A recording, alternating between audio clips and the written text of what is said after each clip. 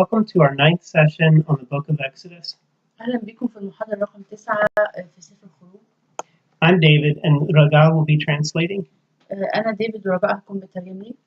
We'll be using material and curriculum originally presented by the SBS and online SBS staff. إحنا بنستخدم المادة اللي هي اتقدمت لل SBS وال SBS staff. Thank you for being with us today to learn about the covenant commitment in the book of Exodus. شكرا عشان جيتوا عشان تسمعونا. النهاردة هنتكلم عن المحاضرة التاسعة اللي بتتكلم عن العهد. This is our final session on the book of Exodus. وكمان دي آخر محاضرة في سفر الخروج. In this session on Exodus, we'll be looking at the covenant that God establishes between himself and the Israelites. في المحاضرة دي هنشوف العهود وخاصة العهد الموجود في سفر الخروج اللي هو أسسه الله بينه وبين شعب إسرائيل. He establishes this covenant through Moses. هو أسس العهد دوت عن طريق موسى. A covenant is a formal binding agreement before God. والعهود هي اتفاقات رسمية وملزمة أمام الرب. A biblical covenant is a religious covenant that's described in the Bible. العهود الكتابية هي عهود دينية متوضحة في الكتاب المقدس. All Abrahamic religions consider biblical covenants important. كل الديانات الإبراهيمية بتعتبر العهود الدينية مهمة. Islam, Judaism, and Christianity all share God's covenant with Abraham. الإسلام واليهودية والمسيحية كلهم بيتكلموا عن العهد بين الله وإبراهيم. There are three major types of covenants in the Bible. في 3 أنواع رئيسية للعهود في العهد القديم. These three types are parity covenants. أول حاجة العهد المتكافئ أو الندي. Promissory covenants. تاني حاجة العهد التعهدي اللي هو من طرف واحد. And suzerainty covenants. والعهد التسلطي. A covenant of parity is a covenant between equals. العهد المتكافئ هو العهد بين فريقين متساويين. So in a parity covenant, there are two equal parties. ففي العهد المتكافئ في طرفين متساويين بالكامل. Each party has equal responsibilities and equal privileges. وكل طرف عنده مسؤوليات متساوية وكمان مميزات متساوية. A promissory covenant is between one higher or stronger party, which is called the suzerain. العهد التعهدي هو ما بين يعني زي طرف ضعيف وطرف قوي اللي هو زي ما بين السيد وخادم. And one lower or weaker party called the vassal. فالسيد القوي اسمه المتسلط والضعيف اسمه الخادم. A promissory covenant is one-sided. لكن العهد التعهدي هو من جانب واحد من طرف واحد بس. The surprising thing is that it's about the stronger party blessing the weaker or less powerful party. والشيء الغريب إن هو عبارة عن إنه الطرف القوي هو بس بيتعهد إنه يبارك الطرف الضعيف. These covenants are similar to a type of legal document back in Old Testament times called a royal grant. وده بيشبه جدا حاجة كانت موجودة في العصور القديمة وده بيبقى اسمه زي منحة ملكية. In royal grants, the master could simply reward a servant for being loyal. المنحة الملكية دي بيعملها السيد إن هو بس عايز يعني يدي حاجة بكرم للخادم اللي هو كان أمين وكان عنده ولاء ليه. Promissory covenants focus on the relationship between the suzerain and the vassal. العهد التعهدي بيركز على العلاقة بين السيد اللي هو الشخص الطرف المتسلط مع التابع اللي هو الطرف الخادم. In his promissory covenants with Abram and David, God simply blesses them. الحقيقة في العهد التعهدي بنشوف 2 نموذج وهو عهد الله مع إبراهيم وداود وهو ببساطة الله بيتعهد إنه يباركهم. The weaker party, in this case the humans, have no part to play in the covenant. والجزء الضعيف في العهد اللي هو أو الطرف الضعيف هو ما عندوش حاجة يقدمها يعني هو بس بيستقبل. It's only the higher party, God, pouring out blessings over the lower party, which would be Abram and David. بيبقى هو بس الطرف القوي اللي هو الله بيسكب بركات على إبراهيم وعلى داود. There are no conditions or anything the weaker party must do to deserve them. وكمان مفيش أي شروط أو حاجات مطلوبة من الطرف الضعيف إنه يعملها علشان يستحق هذه البركة. Promissory covenants in the Old Testament are a shadow of the new covenant that God has for all who believe in Jesus. والحقيقة العهد التعهدي اللي موجود في العهد القديم هو ظل للعهد الجديد اللي احنا بنشوفه في يسوع. A suzerainty covenant was also between a more powerful party and a lesser party. العهد التسلطي وده النوع الثالث هو بين الطرفين، طرف أقوى وطرف أضعف. Again, the stronger party is called the suzerain and the weaker party is called the vassal. الطرف الأقوى اسمه السيد والطرف الضعيف اسمه الخادم. As you can imagine, the suzerainty covenant happens a lot in wars. زي ما تقدر تتخيل معايا إنه العهد التسلطي بيحصل كتير في الحروب. This type of covenant was common in the Hittite cultures and the Old Testament culture. النوع ده من العهود كان معروف في الشرق الأوسط في زمن العهد القديم وخاصة في الحضارات الحسية.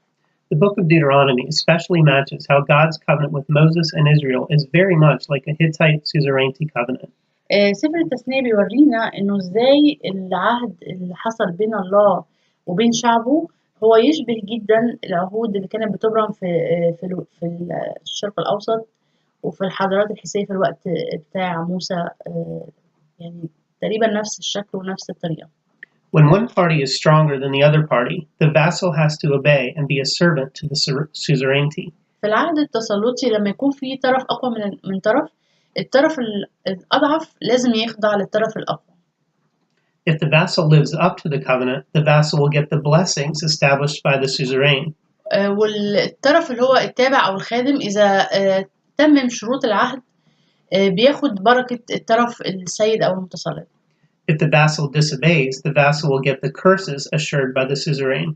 لكن الطرف الخادم أو التابع لو هو ما مشيش حسب شروط العهد وعمل وما كانش عنده طاعة وبدأ يعصي الطرف السيد اللي هو المتسلط، يبدأ يحصل له اللعنات والعقاب اللي قال عليه السيد في العهد. A suzerainty covenant is the Old Testament covenant God has made with Israel. فالعهد التسلطي هو العهد القديم اللي الله صنعه مع شعبه إسرائيل. The laws and 10 commandments given to Israel through Moses were the conditions or rules of this covenant. الشريعة والوصايا العشر اللي قدمهم الله لموسى هم كانوا شروط العهد. When the Israelites were disobedient to God's covenant, إذا كانوا شعب إسرائيل يعصوا الله ويعصوا شروط العهد، they could expect God's discipline, لازم يتوقعوا عقاب وتأديب الرب. as well as the natural consequences of not following the plan of their Creator. ده شيء طبيعي لأن هما مش ماشيين حسب خطة الخالق بتاعهم. Because Yahweh God knows what is best for them physically, emotionally, and spiritually. لأن الله يهوى عارف الأفضل ليهم جسديا ونفسيا وروحيا. Both as individuals and as a society. سواء على المستوى الشخصي أو على مستوى المجتمع ككل. However, when they're obedient to God's laws, they can anticipate God's blessings. لكن لو هم طاعوا شروط العهد وطاعوا وصية الله، هم بيقدروا يحصلوا على البركة. And these blessings can often appear through more fulfilling lives and a closer relationship with Him. والبركات هي عبارة عن حياة أكثر شبعا وراحة، وفي نفس الوقت حياة فيها فرح وعلاقة مع الله. This suzerainty covenant between God and the Israelites echoes the treaty agreements in the surrounding ancient world. العهد التسلطي بين الله وبين شعب إسرائيل بيدي زي بيشبه كتير أو بيبقى هو نفسه شكل المعاهدات والعهود اللي كانت بتتم في العصور القديمة في الناس المحيطة بشعب إسرائيل. Like their legal documents or treaties having a suzerainty approach. زي بالظبط الوثائق القانونية والمعاهدات القانونية بيبقى ليها برضو اللي هو زي العهود التسلطية دي. God's covenant with Israel has a specific suzerainty format. وبرضو عهد الله مع شعب إسرائيل ليه نفس الشكل بتاع العهود التسلطية. With suzerainty terminology and principles that are applied. وليها برضو نفس المبادئ والمصطلحات الموجودة في العهود التسلطية. This includes a historical introduction. أول حاجة العهود التسلطية بتبدأ زي مقدمة تاريخية. Border descriptions. زي وصف كده عام للموقف. And witnesses. وكمان فيها تفاصيل وفيها شهود. They often also include specific conditions, ودايما بتحتوي على شروط محددة such as benefits or blessings for keeping the covenant. زي المميزات والبركات اللي هيحصلوا عليها لما يتمموا شروط العهد And curses for those who break it. ولعنات للي يكسر شروط العهد. A covenant is a solemn promise, العهد هو وعد رسمي جدي. and it can be between individuals, ممكن يكون بين أفراد an individual and a group, أو بين أفراد ومجموعة two groups, أو مجموعتين or between God and mankind. أو بين الله والإنسان. Job makes a covenant with himself. أيوب أقام عهدا مع نفسه. He makes a covenant with his eyes. عمل عهد مع عينيه. In Job 31:1, he says, I've made a covenant with my eyes. Why then should I look upon a young woman? أيوب 31:1 بيقول عهدا قطعته لعيني فكيف أتطلع في عذراء. In Genesis 9, verses 7 to 17, في تكوين 9:7-17 God establishes a covenant with Noah and all mankind. الله عمل عهد مع نوح وكل البشرية. This is after the earth has been flooded for 40 days and 40 nights. وده بعد الفيضان والطوفان اللي حصل فوق الأرض لمدة 40 يوم و40 ليلة. Destroying all life on earth except for Noah and his family. وده دمر كل الحياة الموجودة على الأرض ما عدا نوح وعائلته.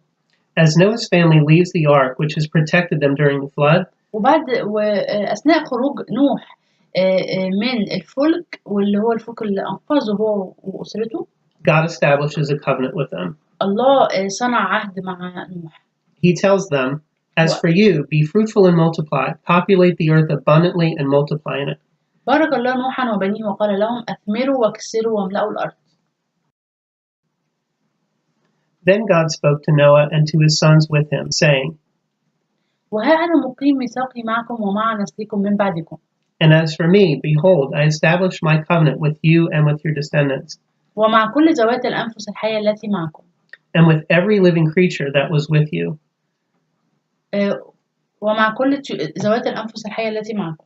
The birds, the livestock, and all the wild animals, all those who came out of the ark with you. الطيور والبهائم وكل وحوش الأرض التي معكم من جميع الخارجين من الفلك. Every living creature on earth. حتى كل حيوان الأرض. I establish my covenant with you. أقيم ميثاقي معكم. Never again will all life be destroyed by the waters of the flood. فلا ينقرض كل ذي جسد أيضا بمياه الطوفان. Never again will there be a flood to destroy the earth. ولا يكون أيضا طوفان ليخرب الأرض.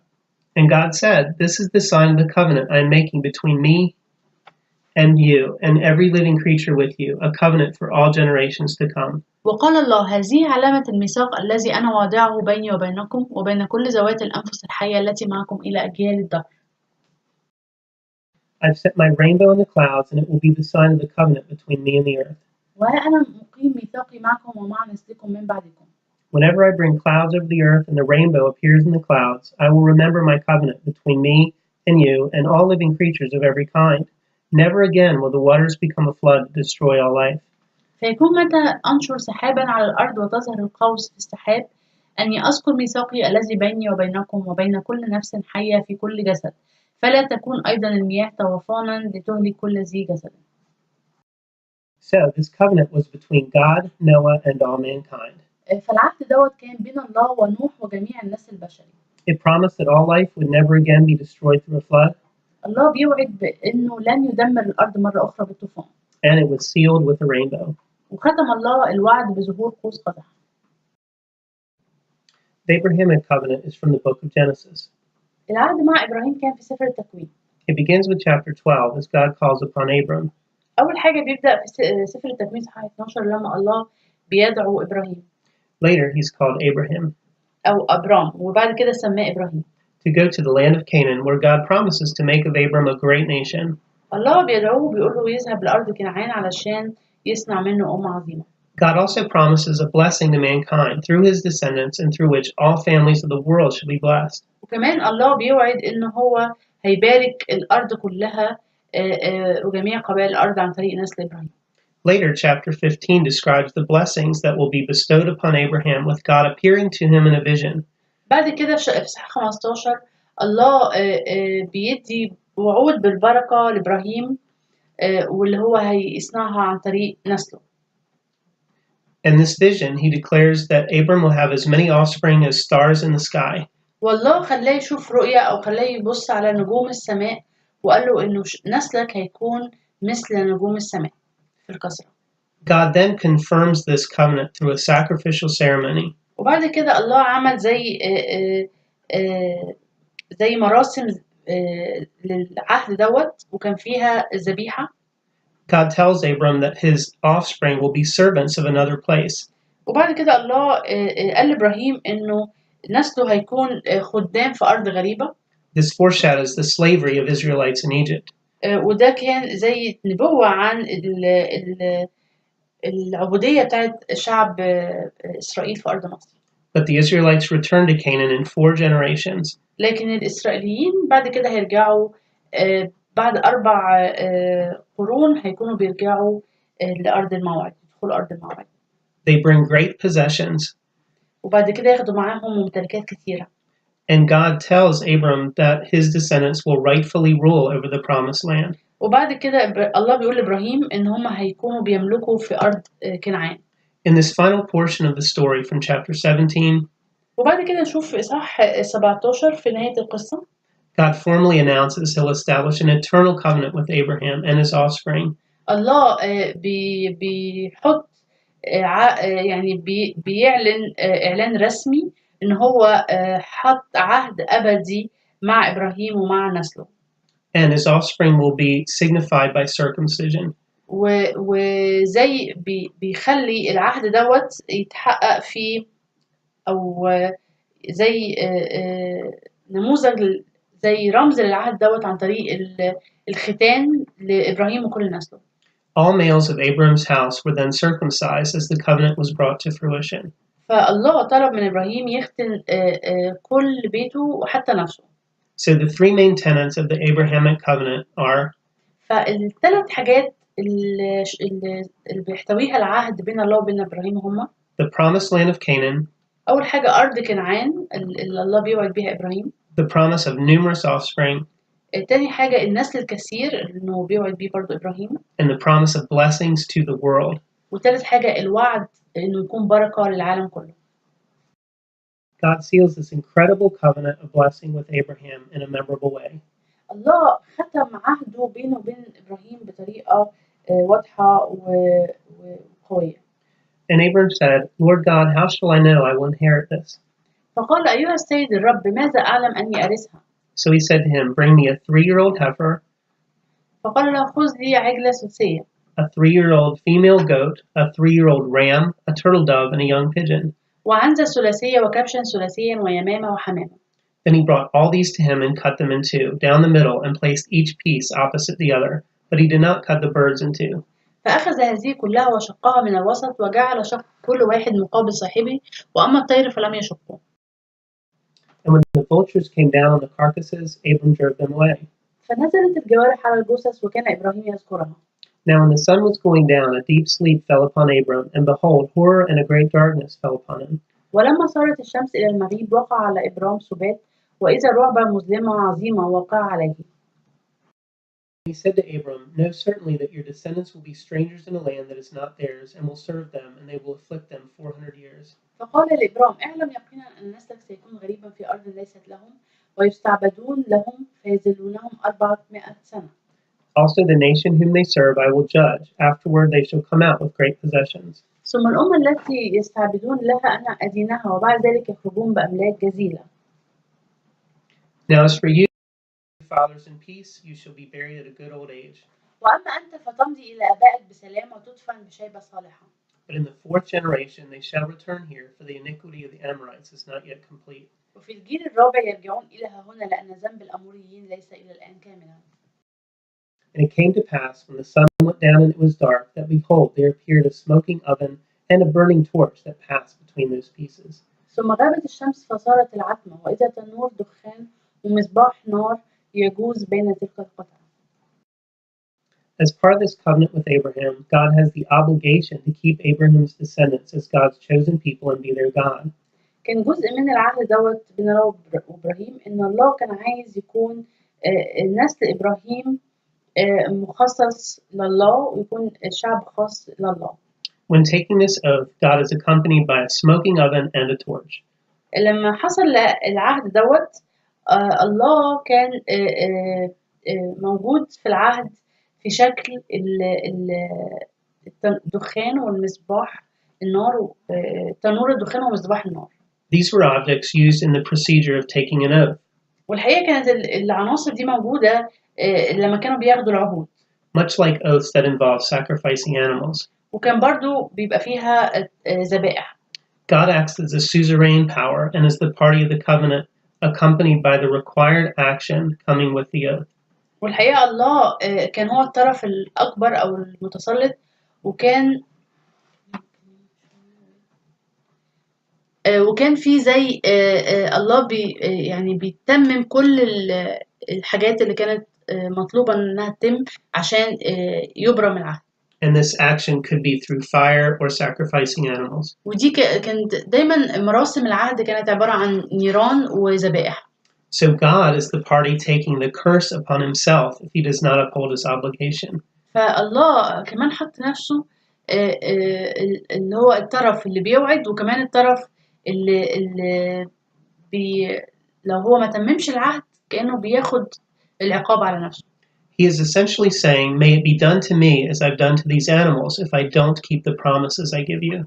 وكأنه بيقول إذا أنا ما تممتش شروط العهد لما مش التنور الدخان ومصباح النار وسط القطع معناها لو أنا ما تممتش شروط العهد يحصل فيا زي ما حصل في الذبائح ديت وكأنه بيتعهد بأن يأخذ اللعنة إذا لم يتمسك بما تعهد به. Through history, there were many instances where the vassal was the one who performed the different acts and took the curse upon them. الحقيقة بنشوف في التاريخ إنه الطرف المتسلط هو اللي بياخد العهد بالكامل. However, for the suzerain to do this was unusual. في الطبيعي إنه الطرف الضعيف هو اللي بيتعهد بكده وهو اللي بيتمم شروط العهد، لكن هنا الله بيتعهد بتتميم شروط العهد بنفسه وده كان شيء فريد وغريب. So, for God Almighty to enter into a contract with humans and take on this level of humility was simply astounding. فإن الله ياخد بنفسه العهد يتعهد على نفسه ويعمل عهد هو يكون اللي بيتمم شروطه ده شيء كان فريد وكان شيء عظيم بيوري عظمة الله ومحبته. So again, we're looking at different covenants in the Bible as a way to show the significance of God's covenant with Moses. خلونا نبص تاني على عهود مختلفة في الكتاب المقدس عشان يورينا أهمية العهد اللي صنعه الله بينه وبين موسى. Finally, God wraps up his covenant with Abram by being very specific about the land his descendants will inherit. بعد كده الله بيختم العهد بإنه بيكون واضح جدا مع إبراهيم ومحدد جدا في إنه بيقول لإبراهيم أنا هديك الأرض ديت عشان ترثها ونسلك يرثها. On the same day, the Lord made the covenant with Abram, saying, "To your descendants I have given this land, from the river of Egypt to the great river, the river Euphrates." في ذلك اليوم قطع الرب مع أبرام ميثاقا قائلا لنسلك أعطي هذه الأرض من نهر مصر إلى النهر الكبير نهر الفرات. The Kenites, the Kenizzites, the Cadmonites, the Hittites, the Perizzites, the Rephaim, the Amorites, the Canaanites, the Girgashites, and the Jebusites. القينيين والقنزيين والقدمونيين والحسيين والفرزيين والرفائيين والأموريين والكنعانيين والجرجاشيين واليبوسيين. One of the most famous passages of this blessing to Abram occurs in Genesis 12. واحدة من أشهر الأجزاء اللي في الكتاب اللي بتتكلم عن العهد دوت والبركات بتاعته موجودة في تكوين 12. Now the Lord had said to Abram, "Get out of your country, from your family and from your father's house, to a land that I will show you." وقال الرب لإبرام اذهب من أرضك ومن عشيرتك ومن بيت أبيك إلى الأرض التي أريك. I will make you a great nation. I will bless you and make your name great, and you shall be a blessing. فأجعلك أمة عظيمة وأباركك وأعظم اسمك وتكون بركة. I will bless those who bless you, and I will curse him who curses you, and in you all the families of the earth shall be blessed. وأبارك مباركيك ولعنك ألعنه وتتبارك في جميع قبائل الأرض. This covenant with Abram has a top line and a bottom line. العهد مع إبراهيم كان في خط سقف يعني في الأعلى وسقف من تحت. God basically tells Abraham, you are blessed to be a blessing to many others. What would happen if we all saw our lives that way? الله بيقول لإبراهيم أنا هباركك علشان تكون بركة. ف ده ده بالنسبة لنا إحنا كمان، ده بيحصل معانا إحنا كمان النهاردة. Another key Old Testament covenant is between God and the King David. في عهد تاني مهم كان بين الله وبين الملك داود. God first communicates his covenant with David through the prophet Nathan. أول حاجة الله إدى العهد بتاعه أو الوعد بتاعه عن طريق النبي ناسان. We see God's message to Nathan in 2 Samuel 7 verses 8 to 16. بنشوف رسالة الله لناسان في موجودة في صموئيل الثانية 7:8-16. Now therefore thus shall you say to my servant David, thus says the Lord of hosts, I took you from the sheepfold, from following the sheep, to be ruler over my people, over Israel. والآن فهكذا تقول لعبدي داود هكذا قال رب الجنود أنا أخذتك من المربط من وراء الغنم لتكون رئيسا على شعبي إسرائيل. And I've been with you wherever you've gone, and have cut off all your enemies from before you, and have made you a great name, like the name of the great men who were on the earth. وكنت معك حيثما توجهت وقررت جميع أعدائك من أمامك وعملت لك اسما عظيما كاسم العظماء الذين في الأرض. Moreover, I will appoint a place for my people Israel, and I will plant them, that they may dwell in a place of their own, and move no more. Nor shall the sons of wickedness oppress them any more as previously. وعينت مكانا لشعب إسرائيل وغرسته فسكن في مكانه ولا يضطرب بعد ولا يعود بنو الإثم يذللونه كما في الأول. Since the time I commanded judges to be over my people Israel, and have caused you to rest from all your enemies, also the Lord tells you he will make you a house. ومنذ يوم أقمت فيه قضاء على شعب إسرائيل وقد أرحتك من جميع أعدائك والرب يخبرك أن الرب يصنع لك بيتا.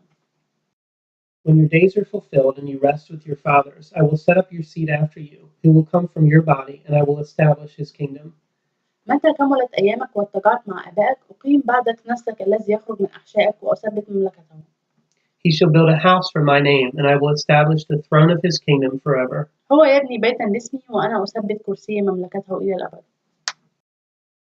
I will be his father, and he shall be my son. If he commits iniquity, I will chasten him with the rod of men and with the blows of the sons of men. أنا أكون له أبا وهو يكون لي ابنا إن تعوج أؤدبه بقضيب الناس وبضربات بني آدم. But my mercy shall not depart from him, as I took it from Saul, whom I removed from before you. ولكن رحمتي لا تنزع منه كما نزعتها من شاول الذي أزلته من أمامك. And your house and your kingdom shall be established forever before you. Your throne shall be established forever. ويأمن بيتك ومملكتك إلى الأبد أمامك. كرسيك يكون ثابتا إلى الأبد.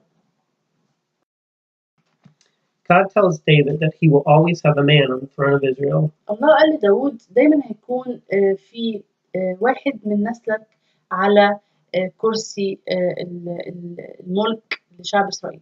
His covenant with David amplifies the aspect of God's covenant with Abram. العهد مع داود بيأكد العهد مع إبراهيم. That through his seed or descendants, all the nations of the earth will be blessed. إنه عن طريق نسله سيتبارك في نسله جميع الأمم. The promises to David in this passage are significant. الوعود اللي الله بيوعد بيها داود في الجزء ده مهم جدا. God promised that David's lineage would last forever. الله بيوعد إنه هيأسس نسل ملكي لداود هيظل موجود إلى الأبد. And that his kingdom would never pass away permanently. وإنه ملكوت داود لن يتوقف إلى الأبد. Obviously, David's descendants have not been on the throne of Israel ever since David's death. وإحنا بعد بنشوف في الكتاب المقدس إنه نسل داود ما فضلش على العرش وقت طويل يعني للأبد زي ما إحنا شايفين في الوعد. There would be a time, however, when someone from the line of David would again sit on the throne and rule as king. لكن الوعد معناه إن هيجي في التاريخ واحد من نسل داود وهيجلس على العرش إلى الأبد. This future king is Jesus. والحقيقة الملك دوت هو داود. هو يسوع. This was fulfilled all the way through Jesus, who was in the line of David, and he's even now king of all creation. وفعلا يسوع كان من نسل داود ويسوع ملك إلى الأبد على الخليقة كلها.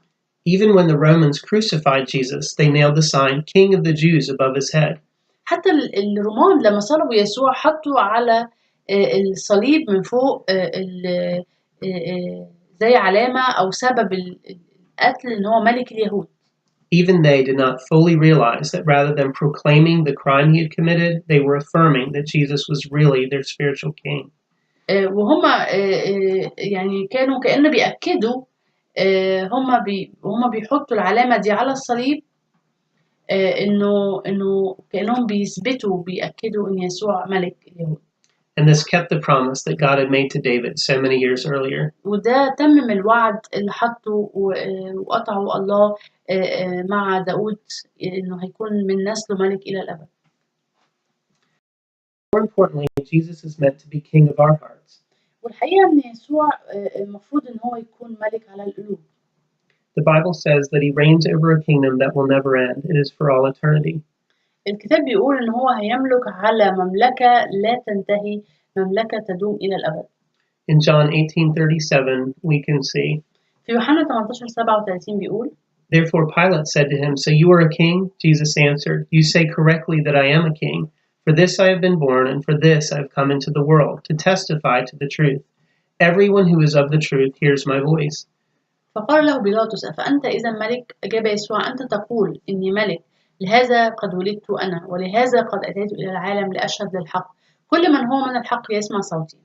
In 1 Timothy 6, verse 15, we read that Jesus is the blessed and only sovereign, the King of kings and Lord of lords. في تيموثاوس الأولى 6:15 بيقول إنه يسوع الذي سيبينه في أوقاته المبارك العزيز الوحيد ملك الملوك ورب الأرباب. So we are looking at these Old Testament covenants to give a framework for this covenant that God gives to Moses here in Exodus. احنا بنبص على العهود المختلفة الموجودة في العهد القديم علشان كمان في الآخر نركز على العهد اللي بين الله وبين شعبه اللي هو حصل عن طريق موسى. We've covered some key aspects of what covenants are. احنا اتكلمنا من شوية عن ايه هي أساسيات العهد. We've also considered examples of covenants in the rest of the Bible. وكمان ادينا نماذج للعهود الموجودة في الكتاب المقدس. Now, let's take a closer look at the very meaningful covenants here in the book we're studying now, the book of Exodus. خلينا بقى نركز دلوقتي على العهود اللي حصلت في سفر الخروج بالذات، لأنه حصل فيه كذا عهد في سفر الخروج. 3 covenants from God are mentioned in the book of Exodus. الحقيقة في 3 عهود حصلت بين الله وبين شعبه موجودة في سفر الخروج. The first is the covenant between God and Aaron. أول حاجة العهد ما بين الله وما بين هارون. Where God anoints Aaron's descendants as priests for coming generations. إن الله مسح هارون وأبنائه ونسله علشان يكونوا هما الكهنة لكل العصور اللي جاية في شعب إسرائيل. The second covenant in Exodus is the Sabbath covenant. العهد الثاني هو عهد السبت. This covenant set aside one day in which the Israelites were to worship God and rest rather than work. الحقيقة العهد ده حط يوم من أيام الأسبوع اللي هو يوم السبت علشان الشعب ما يعملش فيه أي شغل لكن يرتاح ويكون بيعبد الله. And the third covenant is the most significant. والعهد الثالث هو الأكثر أهمية. This is the covenant of the whole law between God and the nation of Israel. هو العهد بتاع الشريعة كلها ما بين الله وما بين شعب إسرائيل. With Moses as the one who communicated between God and the Israelites. وموسى كان هو الوسيط الموجود في العهد دوت بين الله وبين شعب إسرائيل. So let's start in Exodus by discussing God's covenant with Aaron and his descendants. أول حاجة خلينا نبص على العهد بين الله وبين هارون ونسله. Here we see a covenant specifically with Aaron and his sons. بنشوف هنا عهد حصل ما بين الله وما بين هارون وأولاده ونسله. Establishing them as priests for generations to come. هو بيخصصهم وبيحطهم في وظيفة الكهنة عبر العصور. This is from Exodus chapter 40 verses 12 to 15. وده في سفر الخروج 40 12 ل 15. Then you shall bring Aaron and his sons to the door of the tabernacle of meeting and wash them with water.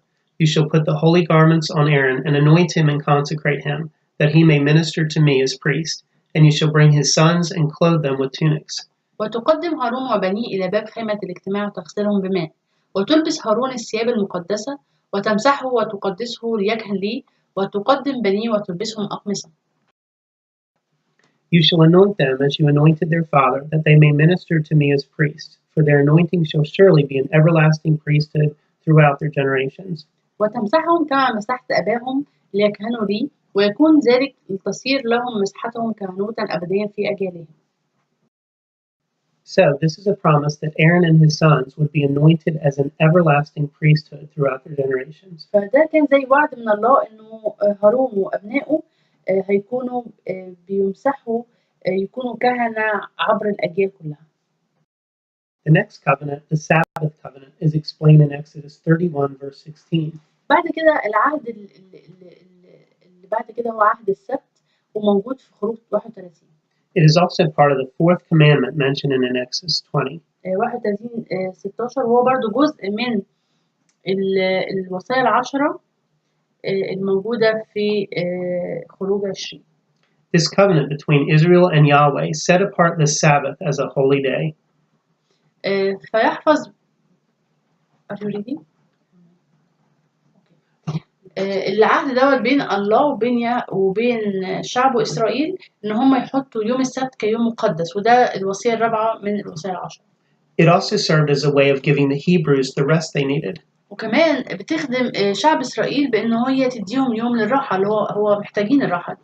Also, giving the Sabbath communicated to the nations around them that the Israelites were committed to honoring God and His ways. كمان السبت بيديهم فرصة إن هم يدوا رسالة للعالم اللي حواليهم والأمم اللي حواليهم إن إسرائيل بيكرموا وملتزمين إن هم يكرموا الله وطرقه. So Exodus 31:16 says, "Therefore the children of Israel shall keep the Sabbath, to observe the Sabbath throughout their generations as a perpetual covenant." خروج 31:16 بيقول فيحفظ بنو إسرائيل السبت ليصنعوا السبت في أجيالهم عهدا أبديا.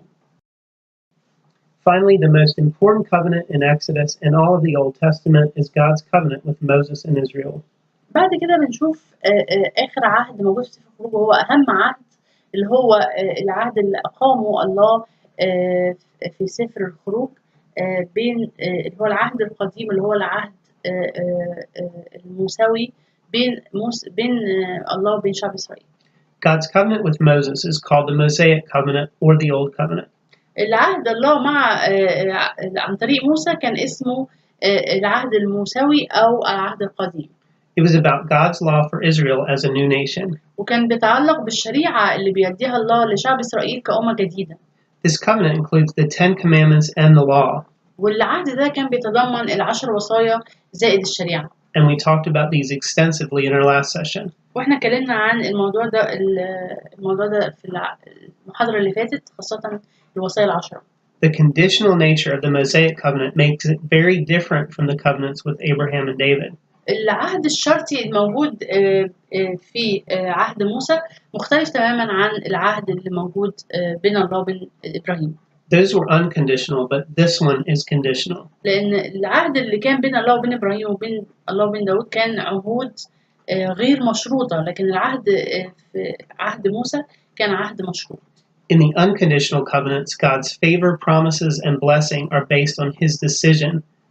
الحقيقة في الشروط في العهد الغير مشروط البركة بتاعت الله ملهاش شروط، وكمان الله هو اللي بيأمر بيها وبيديها للشخص اللي هو بيختاره. His graciousness. وفيها نعمة من الله. Rather than the actions of the people. ومش متوقفة على أعمال الناس.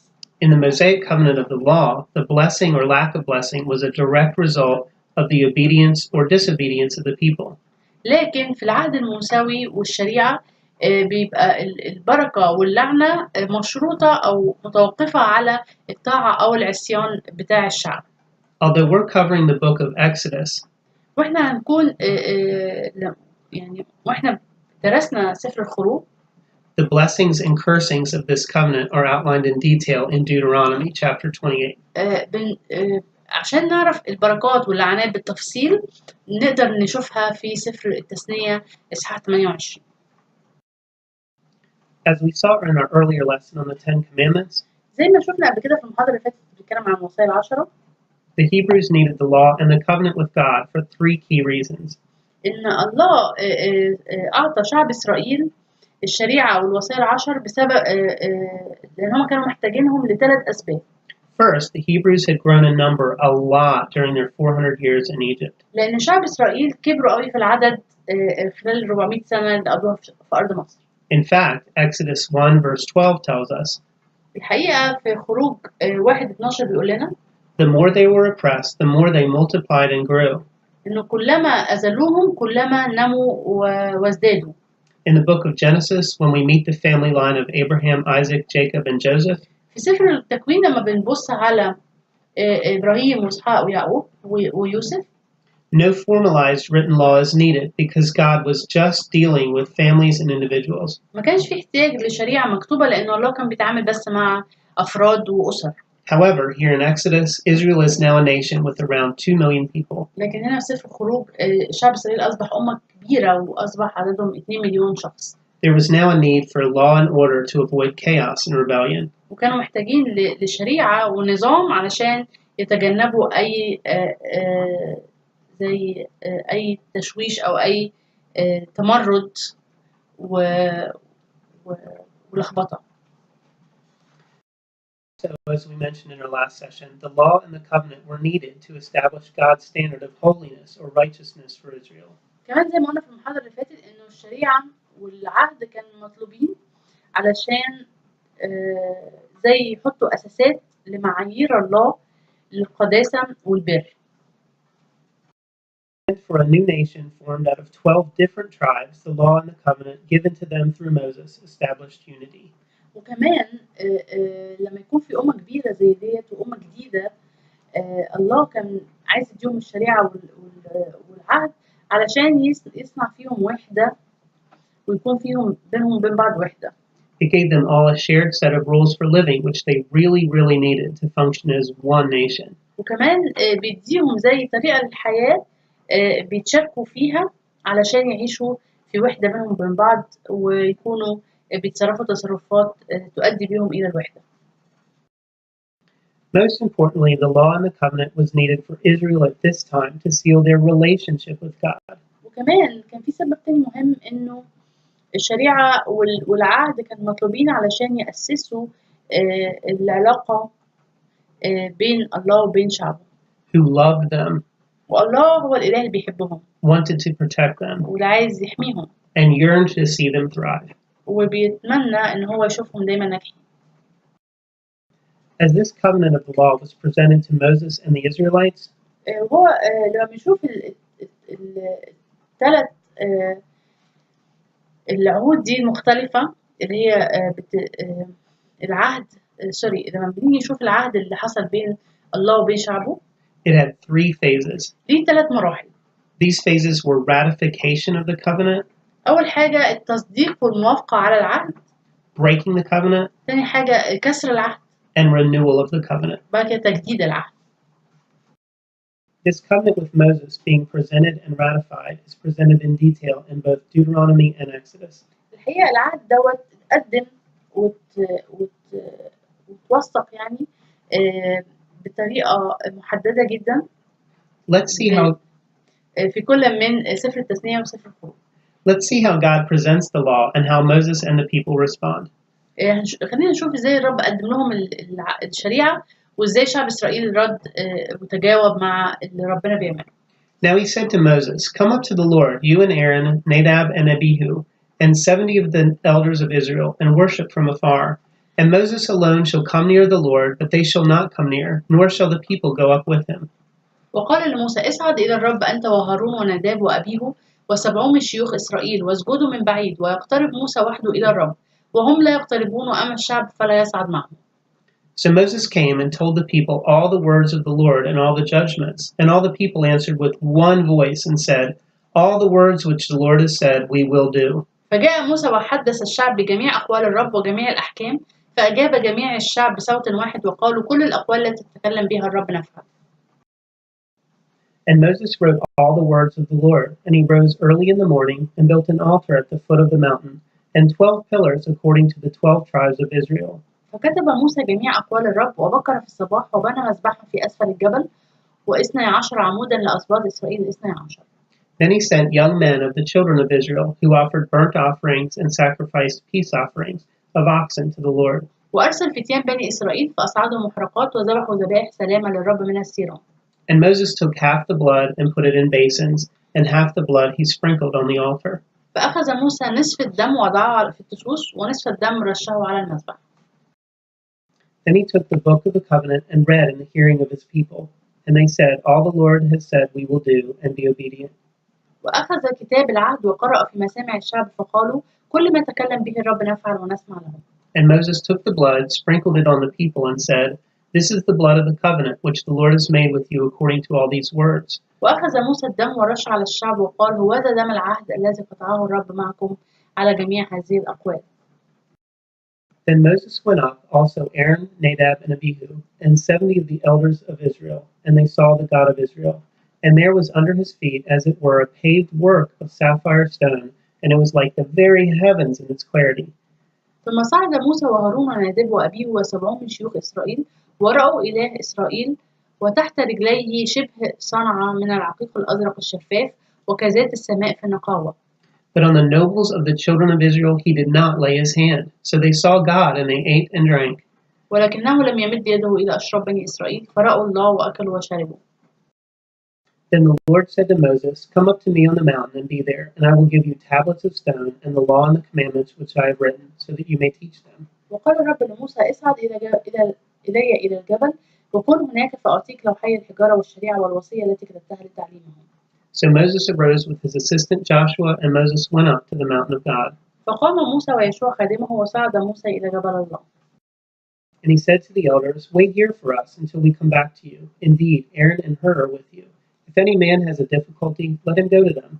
وأما الشيوخ فقال لهم اجلسوا لنا هنا حتى نرجع إليكم وهوذا هارون وحور معكم فمن كان صاحب دعوة فليتقدم إليهما. Then Moses went up into the mountain, and a cloud covered the mountain. فصعد موسى إلى الجبل فغطى السحاب الجبل. Now the glory of the Lord rested on Mount Sinai, and the cloud covered it 6 days. And on the 7th day he called to Moses out of the midst of the cloud. وحل مجد الرب على جبل سيناء وغطاه السحاب 6 أيام وفي اليوم السابع دعي موسى من وسط السحاب. The sight of the glory of the Lord was like a consuming fire on the top of the mountain in the eyes of the children of Israel. وكان منظر مجد الرب كنار آكلة على رأس الجبل أمام عيون بني إسرائيل.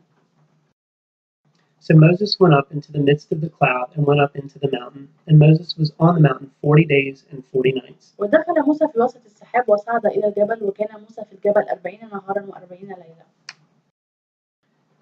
Remember, the Mosaic covenant was a conditional covenant that brought God's direct blessing for obedience upon the nation of Israel. افتكر إنه العهد الموسوي هو كان عهد مشروط وكان بيأتي ببركات الرب على الشعب إذا كانوا بيطيعوا لو كان شعب إسرائيل بيطيع. Or it brought God's direct cursing for disobedience upon the nation of Israel. أو بيأتي بلعنات الرب على شعب إسرائيل إذا كانوا بيعصوا الوصايا وبيعصوا شروط العهد. The heart of the Mosaic covenant was the 10 commandments, which we discussed last time, and we see in Exodus chapter 20. والحقيقة القلب بتاع الشريعة أو قلب العهد بين الله وبين موسى كان الوصايا العشر اللي احنا ناقشناهم في المحاضرة اللي فاتت موجود في خروج 20. And the Mosaic covenant also includes the rest of the law. وكمان العهد الموسوي بيحتوي على باقي الشريعة. Which contains over 600 commands. تقريبا بتحتوي على 600 وصية. Roughly 300 of these commands are positive. تقريبا 300 وصية إيجابية. Commands of what the Israelites should do. اللي هي عبارة عن إيه اللي هو يجب أن يفعلوه. And roughly 300 of these are negative commands of what the Israelites should not do. أو 300 وصية سلبية بتظهر ما لا يجب أن يفعله شعب إسرائيل. And we do want to give credit here to the helpful website gotquestions.org. وعايز أدي الشكر للويب سايت اللي هو اسمه gotquestion.org. The Ark of the Covenant is detailed in Exodus chapter 25 verses 10 to 22. كمان بنشوف تابوت العهد اللي هو موجود في سفر الخروج 25:10-22. It is called the Ark of the Covenant because the 10 commandments were placed inside the ark. الحقيقة هو اتسمى تابوت العهد لأنه الله طلب إنه موسى يحط الوصايا العشر اللي هو الحجارة اللي مكتوب عليها الوصايا العشر داخل التابوت بتاع خيمة الاجتماع. These represented the whole covenant God had just made with his people, the Israelites. وكأن الوصايا العشر أو الحجارة الموجودة عليها الوصايا العشر بتمثل العهد اللي ما بين الله وبين شعبه. So, God's covenant with Moses and the Hebrew people is central to Exodus and even the entire Old Testament. فالحقيقة العهد اللي ما بين الله وما بين شعبه هو كان شيء أساسي ومحوري في سفر الخروج وكمان محوري للعهد القديم كله. As God gives Moses the whole law and the 10 commandments on Mount Sinai. وده لما الله أعطى موسى الوصايا العشر وكمان الشريعة كلها على جبل سيناء. In our last session, we discussed these 10 commandments and the law in depth. في المحاضرة اللي فاتت احنا اتكلمنا عن الوصايا العشر والشريعة بشكل عميق. But how does this relate to God's covenant relationship with Moses and the Israelites? لكن ايه علاقة الوصايا العشر والشريعة بعهد الله مع شعبه وعلاقة العهد دوت اللي هو أداه عن طريق موسى اللي هو العلاقة ما بين العهد ما بين شعب الله والله. We've seen God presenting the covenant to Moses, but let's look at how the covenant is quickly broken. دلوقتي بنشوف ازاي ان الله ادى الشريعة وعمل عهد بينه وبين شعبه عن طريق الشريعة وبنشوف دلوقتي خلينا نبص دلوقتي ازاي هم كسروا هذا العهد. We see the whole scope of this covenant relationship soon after God himself writes the 10 commandments on 2 stone tablets. انه بمجرد ما الله كتب الوصايا الشريعة بمجرد ما ادى الشريعة لموسى وكتب الوصايا العشرة على لوحين من الحجر بنشوف انه الشعب بيبدأ يعني يكسر هذا العهد. And Moses begins to take this covenant agreement down the mountain. لكن دوت حصل أثناء ما موسى كان بياخد العهد من الله وبينزله وبياخد لوحي الحجر بينزلهم للشعب تحت في الجبل. We'll start in Exodus 32 as Moses is on Mount Sinai with God. هنبدأ مع خروج 32 لما موسى كان فوق جبل سيناء مع الله. The people at the foot of the mountain with Aaron are getting impatient and rebellious. والناس اللي في أسفل الجبل مع هارون بدأوا يكونوا يفقدوا الصبر ويتمردوا. Now when the people saw that Moses delayed coming down from the mountain, the people gathered together to Aaron and said to him, "Come, make us gods that shall go before us. For as for this Moses, the man who brought us up out of the land of Egypt, we do not know what has become of him." ولما رأى الشعب أن موسى أبطأ في النزول من الجبل اجتمع الشعب على هارون وقالوا له قم اصنع لنا آلهة تسير أمامنا لأن هذا موسى الرجل الذي أصعدنا من أرض مصر لا نعلم ماذا أصابه. And Aaron said to them, "Break off the golden earrings which are in the ears of your wives, your sons and your daughters, and bring them to me." فقال لهم هارون انزعوا أقراط الذهب التي في آذان نسائكم وبنيكم وبناتكم وأتوني بها. So all the people broke off the golden earrings which were in their ears and brought them to Aaron. فنزع كل الشعب أقراط الذهب التي في آذانهم وأتوا بها إلى هارون. And he received the gold from their hand, and he fashioned it with an engraving tool and made a molded calf. Then they said, "This is your God, O Israel, that brought you out of the land of Egypt." فأخذ ذلك من أيديهم وصوره بالإزميل وصنعه عجلا مسبوكا فقالوا هذه آلهتك يا إسرائيل التي أصعدتك من أرض مصر. It's kind of amazing to think about, isn't it? شيء غريب قوي إن هو بيعملوا كده يعني. So when Aaron saw it, he built an altar before it. فلما نظر هارون بنى مذبحا أمامه. And Aaron made a proclamation and said, "Tomorrow is a feast to the Lord." ونادى هارون وقال غدا عيدا للرب. Then they rose early on the next day, offered burnt offerings, and brought peace offerings, and the people sat down to eat and drink, and rose up to play. فبكروا في الغد وأصعدوا محرقات وقدموا ذبائح سلامة وجلس الشعب للأكل والشرب ثم قاموا للعب. And the Lord said to Moses, "Go, get down, for your people whom you brought out of the land of Egypt have corrupted themselves." فقال الرب لموسى اذهب انزل لأنه قد فسد شعبك الذي أصعدته من أرض مصر. They have turned aside quickly out of the way which I commanded them. They have made themselves a molded calf and worshipped it and sacrificed to it and said, "This is your God, O Israel, that brought you out of Egypt." ذهبوا سريعا عن الطريق الذي أوصيتهم به صنعوا لهم عجلا مسبوكا وسجدوا له وذبحوا له وقالوا هذه آلهتك يا إسرائيل التي أصعدتك من أرض مصر. And the Lord said to Moses, "I have seen this people, and indeed it is a stiff-necked people. Now therefore let me alone, that my wrath may burn hot against them, and I may consume them. And I will make of you a great nation." وقال الرب لموسى رأيت هذا الشعب وإذا هو شعب صلب الرقبة فالآن اتركوني ليحمى غضبي عليهم وأفنيهم فأصيرك فالآن اتركني ليحمى غضبي عليهم وأفنيهم فأصيرك شعبا عظيما. Then Moses pleaded with the Lord his God and said, Lord, why is your wrath burned hot against your people, whom you have brought out of the land of Egypt with great power and with a mighty hand? فتضرع موسى أمام الرب إلهه وقال لماذا يا رب يحمى غضبك على شعبك الذي أخرجته من أرض مصر بقوة عظيمة ويد شديدة؟ Why should the Egyptians speak and say, He brought them out to harm them, to kill them in the mountains, and to consume them from the face of the earth? Turn from your fierce wrath and relent from this harm to your people. لماذا يتكلم المصريون قائلين أخرجهم بخبث ليقتلهم في الجبال ويفنيهم عن وجه الأرض؟ ارجع عن حمو غضبك واندم على الشر بشعبك.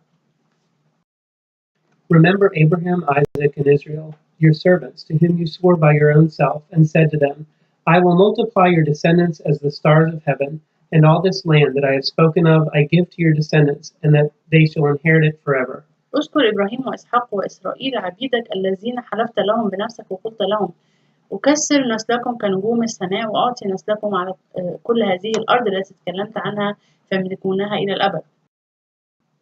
So the Lord relented from the harm which he said he would do to his people. فندم الرب على الشر الذي قال أنه يفعله بشعبه. And Moses turned and went down from the mountain, and the 2 tablets of the testimony were in his hand. The tablets were written on both sides, on the one side and on the other they were written. فانصرف موسى ونزل من الجبل ولوح الشهادة في يده، لوحان مكتوبان على جانبهما من هنا ومن هنا كان مكتوبين.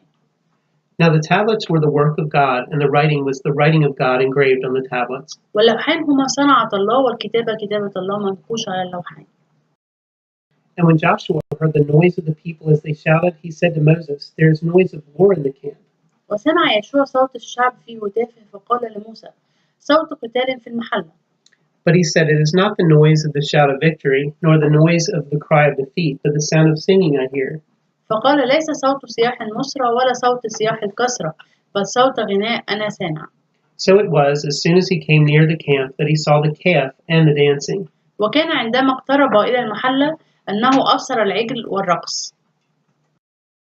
So Moses' anger became hot, and he cast the tablets out of his hands and broke them at the foot of the mountain. فحمي غضب موسى وطرح اللوحين من يديه وكسرهما في أسفل الجبل.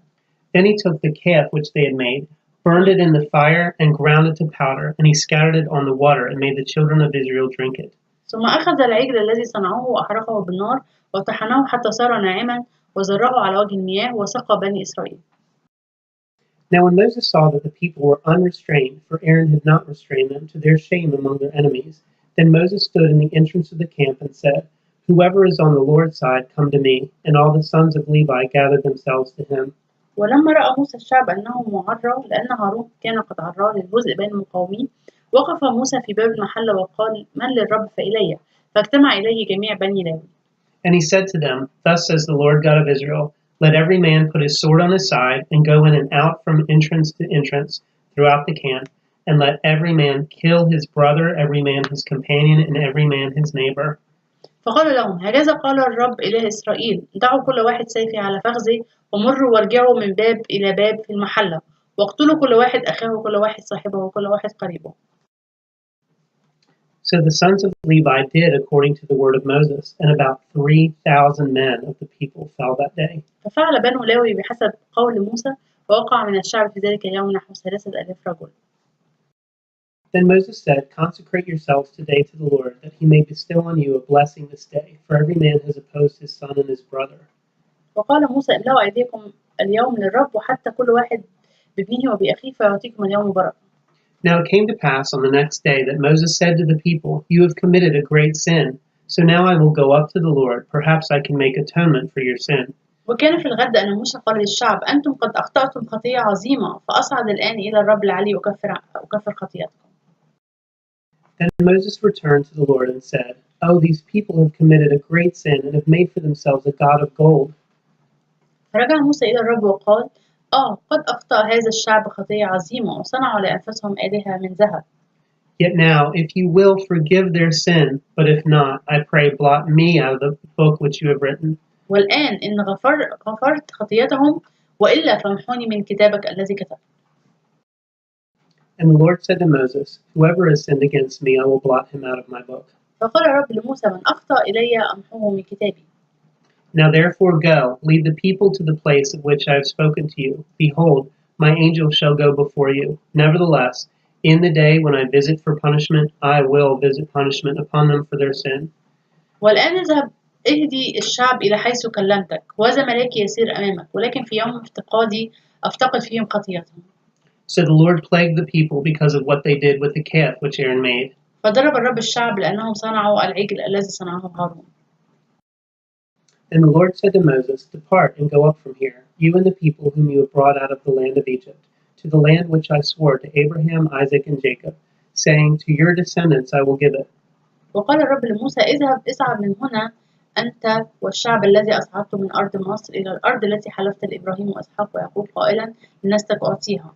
And I will send my angel before you, and I will drive out the Canaanite and the Amorite and the Hittite and the Perizzite and the Hivite and the Jebusite.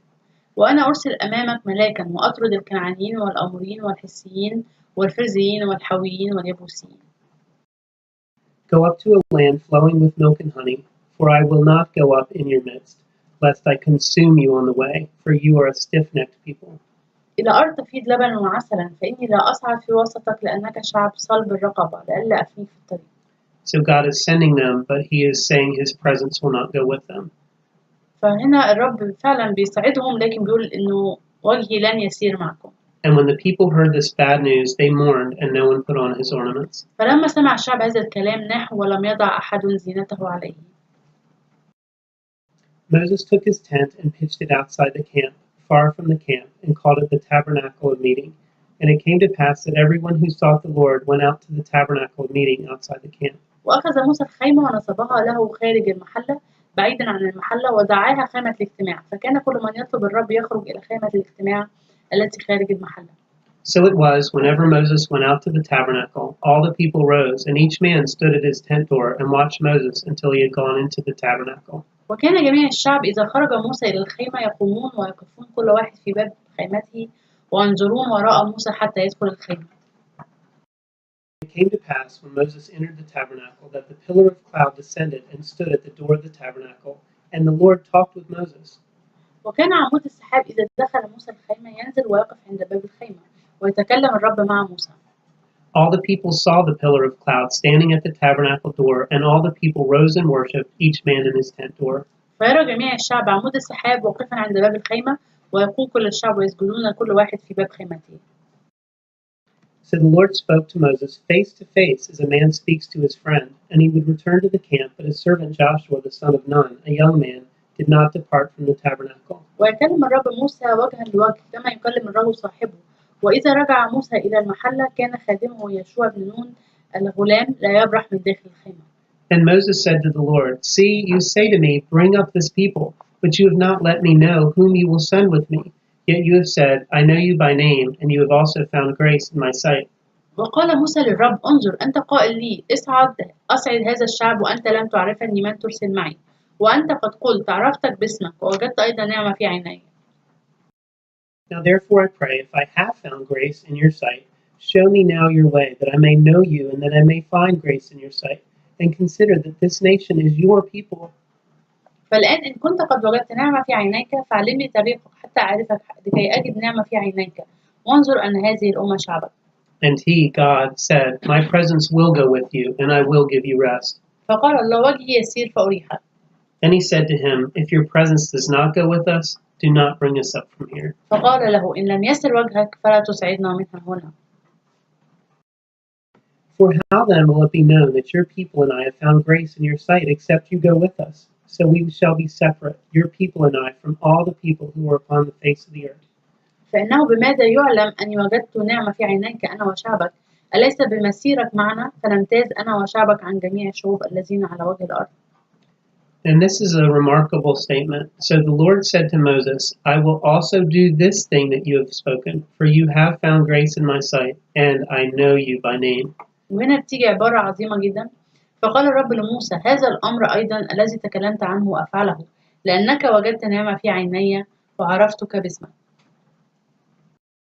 The Lord changed his mind about the harm which he said he would do to his people. فندم الرب على الشر الذي قال إنه يفعله بشعبه. This is a very important verse. وهنا دي آية مهمة جدا. Interestingly, God changes what he is planning to do as a result of Moses pleading with him on behalf of his people. الشيء الشيق إنه الرب غير الخطة اللي هو كان هيعملها والعقاب اللي كان هيقضي بيه على شعب إسرائيل بسبب صلاة وتشفع موسى.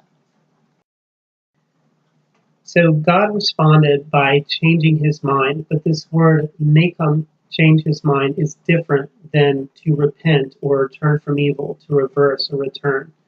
لكن هنا بنشوف إن الله ندم عن الشر أو بمعنى آخر غير رأيه، واللي هي دي الكلمة الأصلية بتاعتها اللي هي ناخوم، أو إن هو غير رأيه، لكن تختلف عن كلمة شويب اللي هي تاب عن الشر أو عكس الطريق أو عاد من حيث أتى.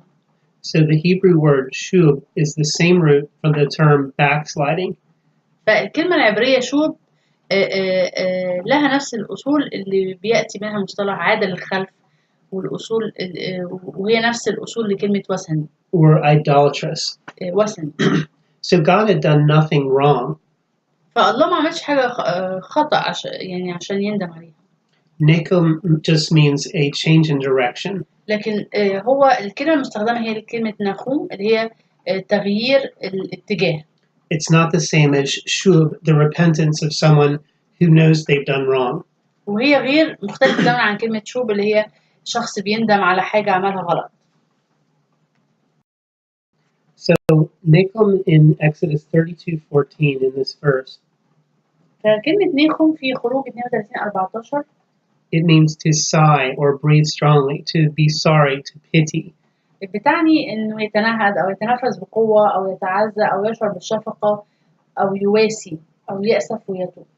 So it means to console or repent in the sense of change direction, but not having done something wrong. أو يواسي أو يأسف أو يتوب، مش معنى إن هو يتوب عن حاجة عملها غلط، لكن معنى إن هو يغير اتجاهه.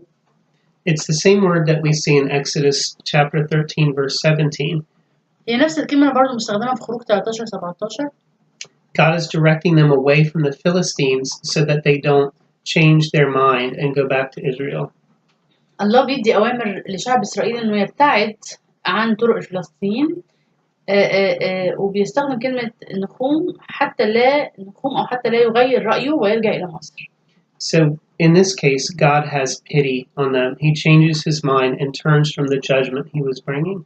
فالمعنى الكلي بحتة يندم الموجودة في سفر الخروج هنا إنه الله أظهر زي شفق عليهم وغير اتجاهه وغير الدينونة. Samuel 15 verse 29 says, God is not like a mortal, like a person, that he should change his mind. في صموئيل الأولى 15-29 بيقول الله ليس إنسانا ليندم. And this applies to God not changing a judgment once he's decreed it. ده معناه إن الله ما بيغيرش قضاء ودينونة أعلن عنها وكتبها وأكدها. So in this case, he's already said that he would judge Saul because of his sin. ففي الحالة بتاعت صموئيل الأولى 15 بيقول إن الله هيدين شاول لأنه أخطأ وعصى الله. And in this case with Saul, he does not change his mind. وفي الموقف بتاع شاول الله ما غيرش رأيه وما غيرش الدينونة بتاعته. In Jeremiah 26 verse 13, there's a call to Judah. في أرمية 26:3 في دعوة ليهوذا. It says that if they change their ways, that God may change his mind about the disaster. الله بيقول إن هم لو أصلحوا طرقهم وأعمالهم ممكن الله يندم عن الشر اللي تكلم بيه عليهم. In Jonah chapter 3 verse 9, it says, if Nineveh could repent from their sin, God will repent about their judgment. ويونان 3:9 بيقول إذا تابت نينوى عن خطاياها سيندم الله عن حمو غضبه ودينونته. But this is repent in the sense of have pity on them and change the direction he's planning to go. لكن هنا يندم بمعنى إنه يبقى يشفق عليهم ويغير الاتجاه بتاع الدينونة. Despite their horrible sin, Moses takes responsibility for a critical role in receiving the covenant for his people. رغم الخطية البشعة اللي عملها شعب إسرائيل، لكن موسى بياخد مسؤولية في إنه يقف يتشفع، وخاصة هو واخد دور في العهد بين الله وبين شعبه. Moses pleads with God not to destroy the people that he loves and he has brought out of Egypt. بيتوسل موسى إلى الله إنه لا يهلك الشعب اللي جابه من أرض مصر. He asks God not to give the Egyptians glory. وده بيطلب منه إنه لا يعطي للمصريين مجدا. because by giving them glory, it will fuel their doubt that Yahweh really is God. إنه لو إدى للشعب للمصريين مجدا بإنه أهلك الإسرائيليين، ده يبدأ يبقى في شك في إن يهوه هو الله. Moses urges God to remember his promises through the covenant. وكمان موسى بيحس الله إنه يذكر عهده ووعوده. Moses' heart for his people is so passionate, he actually asks God to blot him out of the book if he's going to destroy Israel. موسى كان عنده أشواق حقيقية قوية نحو شعبه، لدرجة إن هو طلب من الله إنه يمحو اسمه أو يمحوه من كتابه إذا هو ما عايز يهلك شعب إسرائيل. But God initially says he is just and all those with sin are out of the book. لكن الله بيقول إن هو إله عادل وإنه من أخطأ هو من سيمحوه من كتابه. Moses pleads with God to send an angel in front of them because Israel is nothing without God. موسى بيطلب من الله إنه يرسل ملاك أمامهم لأن إسرائيل ما يقدروش يعملوا أي حاجة من غير إله. He tells God, if your presence does not go with us, we don't want to leave this place. فهو بيقول له إن لم يسر وجهك أمامنا فلا تساعدنا منها هنا. Even if it means going to the promised land. حتى لو هندخل أرض الموعد. So, in establishing his covenant with his people, God actually works through the Israelites' disobedience. فالحقيقة هو الله بيأسس عهده مع شعب إسرائيل، الله برضو بيشتغل عبر كل الظروف، حتى بيستخدم عصيان إسرائيل. In doing so, he shows some important things about his character. في إنه يظهر حاجة مهمة في شخصيته. First, a heart of repentance is what he really seeks. إنه الله بيطلب القلوب التائبة، هو ده اللي الله بيرضى بيه وبيطلبه. Secondly, Moses' prayers and intercession does affect his plans and move his heart. تاني حاجة إن الله بيطلب إنه يطلب الصلاة، إنه تشفع موسى حرك قلب الله. And finally, Moses is an Old Testament representative of who Jesus is for us now in the New Covenant. وكمان موسى هنا يعد تمثيلا لمن هو يسوع الآن بالنسبة لنا في العهد الجديد. How is Moses a representative of what Jesus does for us later as God himself? إزاي موسى كان نموذج ليسوع واللي عمله لينا في العهد الجديد؟ There are three main ways. في 3 طرق موسى بيمثل فيهم يسوع. First, God changes what he will do because Moses prays for his people. أول حاجة الله غير اللي كان هيعمله لأن موسى صلى لأجل شعبه. Secondly, Moses stands in the gap for his people as their representative before God. تاني حاجة موسى وقف في الثغر قدام الله عن الشعب. Finally, Moses is willing to take the place of his people in punishment. ثالث حاجة موسى كان مستعد يقف مكان الشعب وياخد العقاب بدلا عنه. Why does God tell Moses that he will destroy the disobedient Israelites for their sin? ليه الله بيقول إنه هو هيدمر شعب إسرائيل بسبب خطاياهم؟ But then later assure Moses that he won't do it. لكن بعد كده يقول لموسى إنه مش هيعمل كده. There are a couple of likely reasons. في ممكن بعض الأسباب. He seems to be testing Moses to see if he will intercede for the people. ممكن كان بيختبر موسى عشان يشوف إذا كان هيتشفع لأجل شعبه ولا لا. And he could be showing Israel how close they came to be totally destroyed. كمان ليظهر لإسرائيل مدى اقترابهم للدينونة والهلاك الكامل. So they would be rightfully grateful for the mercy of God. وبالتالي يقدروا يبقى عندهم امتنان لرحمة الله. And they would also be grateful for the leaders who would intercede for them. وكمان يبقى عندهم امتنان للقادة اللي بيتشفعوا من أجلهم. So after the terrible sin of the Israelites with the golden calf has been fully addressed, بعد الخطية البشعة اللي حصلت من قبل شعب إسرائيل إن هم عبدوا العجل الذهبي. God does not give up on them or Moses. لكن الله لا يفقد الأمل فيهم ولا يفقد الأمل في موسى. He is willing to reestablish the covenant with them. الله كان مستعد إنه يعيد تأسيس العهد معهم. And the Lord said to Moses, "Cut 2 tablets of stone like the first ones, and I will write on these tablets the words that were on the first tablets, which you broke." ثم قال الرب لموسى: انحت لك لوحين من حجر مثل الأولين فأكتب أنا على اللوحين الكلمات التي كانت على اللوحين الأولين الذين كسرتهم. So be ready in the morning and come up in the morning to Mount Sinai and present yourself to me there on the top of the mountain. وكن مستعدا للصباح واصعد إلى الصباح إلى جبل سيناء وقف عندي هناك على رأس الجبل. And no man shall come up with you. And let no man be seen throughout all the mountain, neither let flocks nor herds feed before that mountain. ولا يصعد أحد معك، وأيضا لا يرى أحد في كل الجبل، الغنم أيضا والبقر لا ترعى إلى جهة ذلك الجبل. So he cut 2 tablets of stone like the first ones. Then Moses rose early in the morning and went up to Mount Sinai as the Lord had commanded him, and he took in his hand the 2 tablets of stone. فنحت لوحين من حجر كالأولين، وبكر موسى في الصباح وصعد إلى جبل سيناء كما أمره الرب، وأخذ في يده لوحي الحجر. Now the Lord descended in a cloud and stood with him there and proclaimed the name of the Lord. فنزل الرب في السحاب فوقف عنده هناك ونادى باسم الرب. And the Lord passed before him and proclaimed, the Lord God, merciful and gracious, long-suffering, and abounding in goodness and truth, keeping mercy for thousands, forgiving iniquity and transgression and sin, by no means clearing the guilty, visiting the iniquity of the fathers upon the children, and the children's children to the 3rd and 4th generation. فاجتاز الرب قدامه ونادى الرب إله رحيم ورؤوف، بطيء الغضب وكثير الإحسان والوفاء، حافظ الإحسان إلى ألوف، غافر الإثم والمعصية والخطية، ولكنه لن يبرئ إبراء، مفتقد اسم الآباء في الأبناء وفي أبناء الأبناء في الجيل الثالث والرابع. So Moses made haste and bowed his head towards the earth and worshipped. فأسرع موسى وخر إلى الأرض وسجد. Then he said, If now I have found grace in your sight, O Lord, let my Lord, I pray, go among us, even though we are a stiff-necked people, and pardon our iniquity and our sin, and take us as your inheritance. وقال إن وجدت نعمة في عينيك أيها السيد فليسر السيد في وسطنا، فإنه شعب صار بالرقبة، واغفر اسمنا وخطيئتنا واتخذنا ملكا. A more detailed account of the blessings and cursings is found in Deuteronomy chapter 4. تقدر تبص بالتفصيل عن البركات واللعنات موجودة في سفر التثنية إصحاح الرابع. So here's what we learn from this chapter. فدي بعض مقتطفات من الإصحاح دوت. After you have produced children and grandchildren and have been in the land a long time, if you become corrupted and make an image of any kind and do other evil things before the Lord your God that enrage him, I invoke heaven and earth as witnesses against you today that you will surely and swiftly be destroyed from the very land you are about to cross the Jordan to possess. You will not last long there because you will be totally devastated.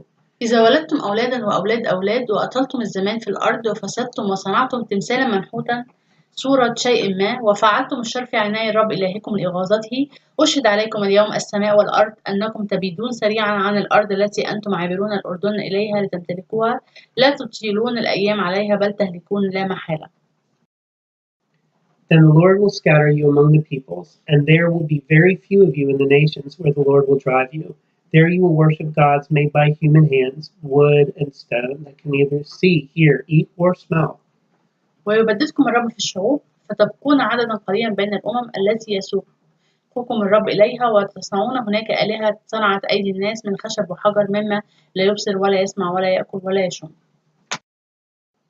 But if you seek the Lord your God from there, you will find him, if indeed you seek him with all your heart and soul. In your distress, when all these things happen to you in the latter days, if you return to the Lord your God and listen to him, for he is a merciful God, he will not let you down or destroy you, for he cannot forget the covenant with your ancestors that he swore to them. ثم إن طلبت من هناك الرب إلهك تجده إذا التمسته بكل قلبك وبكل نفسك عندما ضيق عليك وأصابتك كل هذه الأمور في آخر الأيام، ترجع إلى الرب إلهك وتسمع لقوله، لأن الرب إلهك إله رحيم لا يتركك ولا يهلكك ولا ينسى عهد آبائك الذي أقسم لهم عليه. As Moses spends time with God, receiving the law God is giving him to establish his covenant, something fascinating occurs.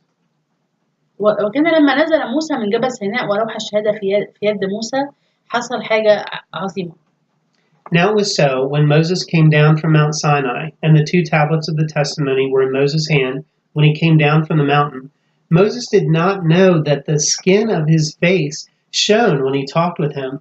So when Aaron and all the children of Israel saw Moses, behold, the skin of his face shone, and they were afraid to come near him. Then Moses called to them, and Aaron and all the rulers of the congregation returned to him, and Moses talked with them.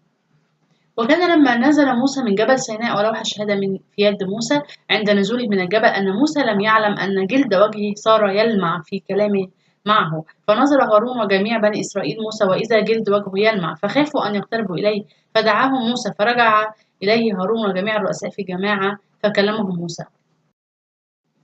Afterward all the children of Israel came near, and he gave them as commandments all that the Lord had spoken with him on Mount Sinai. And when Moses had finished speaking with them, he put a veil on his face. But whenever Moses went in before the Lord to speak with him, he would take the veil off until he came out, and he would come and speak to the children of Israel whatever he had been commanded. And whenever the children of Israel saw the face of Moses, that the skin of Moses' face shone, then Moses would put the veil on his face again until he went in to speak with him. وبعد ذلك اقترب جميع بني إسرائيل فأوصاهم بكل ما تكلم به الرب معه في جبل سيناء ولما فرغ موسى من الكلام معهم جعل على وجهه برقعا وكان موسى عند دخوله أمام الرب ليتكلم معه ينزع البرقع حتى يخرج ثم يخرج ويكلم بني إسرائيل بما يوصي فإذا رأى بنو إسرائيل وجه موسى أن جلده يلمع كان موسى يرد البرقع على وجهه حتى يدخل ليتكلم معهم. And whenever the children of Israel saw the face of Moses, that the skin of Moses' face shone, then Moses would put the veil on his face again until he went in to speak with him. فإذا رأى بنو إسرائيل وجه موسى أن جلده يلمع كان موسى يرد البرقع على وجهه حتى يدخل يتكلم معهم. So Moses' face actually begins to shine with the glory of God's presence. بنشوف إنه وجه موسى بدأ ينور ومجد الله ينعكس على موسى. His face is so bright he has to wear a veil so he can be around the other Israelites. كان وجهه لامع جدا لدرجة إن هو كان يحتاج إنه يضع برقع حتى يتمكن إن هو يتحرك وسط شعب إسرائيل. Almost 40 years later, this covenant is renewed before the Hebrews crossed the Jordan to enter the Promised Land. بعد تقريبا 40 سنة تم تجديد هذا العهد وذلك قبل عبور العبرانيين نهر الأردن ودخولهم أرض الموعد. God commands them that as they enter and conquer the land, they are to go to Shechem, where there are two symbolic mountains. الله أمرهم إن هم قبل ما يدخلوا أرض الموعد إن هم يروحوا شكيم وهناك كان في جبلين قصاد بعض. Mountains are Mount Ebal and Mount Gerizim. والحقيقة الجبلين دول كان اسمهم جبل جرزيم وجبل عيبال. With 6 tribes symbolically standing on the lower slopes of each mountain. كان مطلوب من 6 أسباط يقعدوا 6 من أسفل الجبل ده و6 من أسفل الجبل التاني. They are to renew their vows to God. وعشان يجددوا عهودهم لله. At Mount Gerizim, they will hear God's blessings for obedience. في جبل جرزيم بيسمعوا بركات الله كنتيجة للطاعة. And at Mount Ebal, they will hear God's curses for disobedience. وعند جبل عيبال كانوا بيسمعوا لعنات الله كنتيجة للعصيان. The 2 mountains represent the potential for blessing and the potential for cursing. الجبلين كانوا بيرمزوا إلى البركات وإلى اللعنات. That are both present in his covenant with Moses and the Israelites. الاثنين موجودين في العهد بين الله وبين شعب إسرائيل. Today the Lord your God is commanding you to keep these statutes and ordinances, something you must do with all your heart and being. Today you have declared the Lord to be your God, and that you will walk in his ways, keep his statutes, commandments, ordinances, and obey him. هذا اليوم قد أمرك الرب إلهك أن تعمل بهذه الفرائض والأحكام، فاحفظ واعمل بها من كل قلبك ومن كل نفسك. قد وعدت الرب اليوم أن يكون لك إلها، وأن تسلك في طرقه وتحفظ فرائضه ووصاياه وأحكامه وتسمع لصوته. And today the Lord has declared you to be his special people, as he already promised you, so that you may keep all his commandments, so that he may elevate you above all the nations he has made as a cause of praise, as a name, and as an honor, and so that you may be a holy people to the Lord your God, as he has said. ووعدك الرب اليوم أن تكون له شعبا خاصا كما قال لك، وتحفظ جميع وصاياه، وأن يجعلك مستعليا على جميع القبائل التي عملها في الثناء والاسم والبهاء، وأن تكون شعبا مقدسا للرب إلهك كما قال. Therefore, keep the terms of this covenant and obey them, so that you may be successful in everything you do. فاحفظوا كلمات هذا العهد واعملوا بها لكي تفلحوا في كل ما تفعلون. You are standing today, all of you, before the Lord your God, the heads of your tribes, your elders, your officials, every Israelite, your infants, your wives, and the foreigners living in your encampment, those who chop wood and those who carry water, so that you may enter into the covenant of the Lord your God and into the benefits of the oath that the Lord is making with you today, to affirm you today as his people and himself as your God, just as he said to you and already swore to your ancestors, to Abraham, Isaac, and Jacob. أنتم موقفون اليوم جميعكم أمام الرب إلهكم، رؤساؤكم، أسباطكم، شيوخكم وعرفاؤكم وكل رجال إسرائيل، وأطفالكم ونساؤكم وغريبكم الذي في وسط محلتكم، ممن يحتطب حطبكم إلى من يستقي ماءكم، لكي تدخل في عهد الرب إلهك وقسمه الذي يقطعه الرب إلهك معك اليوم، لكي يقيمك اليوم لنفسه شعبا، وهو يكون لك إلها كما قال لك وكما حلف لآبائك إبراهيم وإسحاق ويعقوب. And it is not with you alone that I am making this covenant and oath, but with whoever stands with us here today before the Lord your God, as well as those not with us here today. وليس معكم وحدكم أقطع أنا هذا العهد وهذا القسم، بل مع الذين هو هنا معنا واقفا اليوم أمام الرب إلهنا، ومع الذي ليس هنا معنا اليوم. But shortly before Moses dies, the Lord warns the Israelites through Moses about the disobedience and breaking of the covenant he anticipates will occur. لكن كمان قبل موت موسى بوقت قليل، الرب بدأ يحذر شعب إسرائيل عن طريق موسى عن عصيانه وكسره للعهد، وكمان بيبدأ يدي نبوة عن إن هما فعلا للأسف هيكونوا بيكسروا العهد.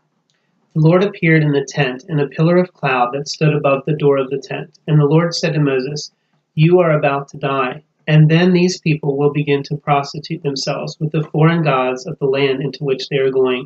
They will leave me and break my covenant that I have made with them." فتراءى الرب في الخيمة في عمود السحاب، ووقف عمود السحاب على باب الخيمة، وقال الرب لموسى: ها أنت ترقد مع آبائك، فيقوم هذا الشعب ويفجر وراء آلهة الأجنبيين في الأرض التي هو داخل إليها فيما بينهم، ويتركني وينقص عهدي الذي قطعته معهم.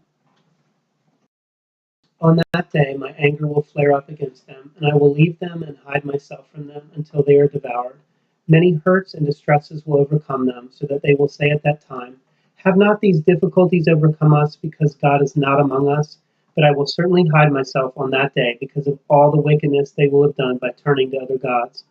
فيشتعل غضبي عليه في ذلك اليوم، أتركه وأحجب وجهي عنه، فيكون مأكله ونصيبه شرور كثيرة وشدائد، حتى يقول في ذلك اليوم: أما لأن إلهي ليس في وسطي أصابتني هذه الشرور، وأنا أحجب وجهي في ذلك اليوم لأجل جميع الشر الذي عمله إذ التفت إلى آلهة أخرى. Now compose for yourselves the following song and teach it to the Israelites. Put it into their very mouths, so that this song may serve me as a witness against the Israelites. For after I have brought them to the land I promised to their ancestors, one flowing with milk and honey, and they eat and become satisfied and fat, then they will turn to other gods to worship them and will reject me and break my covenant. فالآن اكتبوا لأنفسكم هذا النشيد، وعلم بني إسرائيل إياه. ضعوا في أفواههم لكي يكون لي هذا النشيد شاهدا على بني إسرائيل، لأني أدخلهم الأرض التي أقسمت لآبائهم الفائضة لبنا وعسلا، فيأكلون ويشبعون ويسمنون، ثم يلتفتون إلى آلهة أخرى ويعبدونها ويزدرون بي وينكثون عهدي. Then when many hurts and distresses overcome them, this song will become a witness against them, for their descendants will not forget it.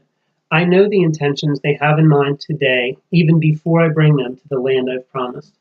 فمتى أصابته شرور كثيرة وشدائد، يجاوب هذا النشيد أمامه شاهدا، لأنه لا ينسى من أفواه نسله. إني عرفت فكره الذي يفكر به اليوم قبل أن أدخله إلى الأرض كما أقسمت.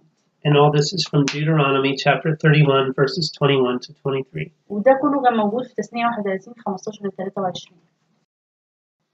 In the book of Jeremiah, chapter 31, verses 30 to 33, it predicts a new covenant that God will establish with the house of Israel. في سفر أرميا إصحاح 31 عدد 30 ل 33 في نبوة عن عهد جديد هيقيم الله بينه وبين شعب إسرائيل. Most Christians believe this new covenant is the replacement or final fulfillment of the old covenant. ومعظم وتقريبا كل المسيحيين مؤمنين إنه دوت هو العهد الجديد اللي هو هياخد مكان العهد القديم. So believing that it applies to all the people of God. احنا مؤمنين إن دوت بينطبق على كل شعب الله. While some people believe that both covenants are still applicable and in a dual covenant theology. لكن بعض الناس بيقولوا إنه العهدين ما زالوا موجودين.